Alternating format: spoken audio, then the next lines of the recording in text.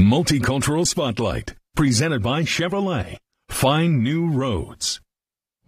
The first woman to be professionally employed by President Benjamin Harrison will be honored at a food festival this weekend. In 1889, the president fired his French chef to make room for Dolly Johnson.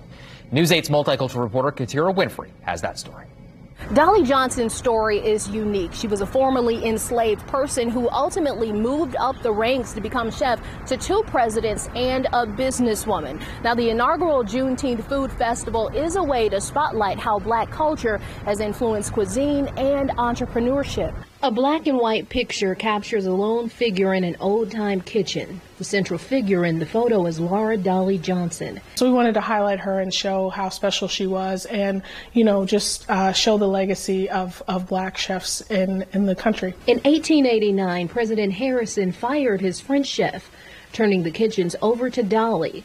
A shocking move at the time, considering the previous president, Grover Cleveland, fired her. Asked her back and she said no. Just to have that story, we kind of have some knowledge of who she was as a person, and then she goes on to be a businesswoman, and people are coming from Washington, D.C. to have her food. It's that legacy that inspired the Harrison Presidential Site's upcoming inaugural Juneteenth Foodways Festival on Friday.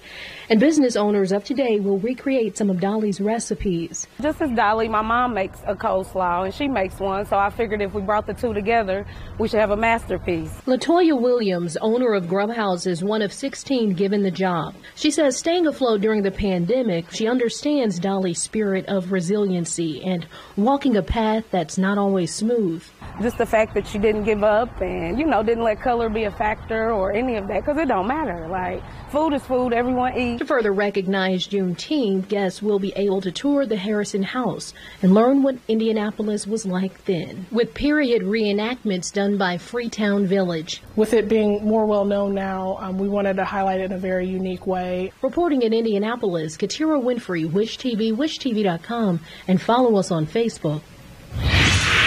Wish TV is proud to announce our 3rd annual Great Pasta Push for Second Helpings. Last year, we raised enough for more than 145,000 meals. We want to beat that number this year, and because the need is still so great out there, you can actually donate money. $5 feeds a family of 4, or donate pasta. They're in need of elbow macaroni and spaghetti. Grab your phone right now, scan that QR code on your screen. It'll take you right to a link to donate cash and to a list of sponsor locations where you can drop off pasta.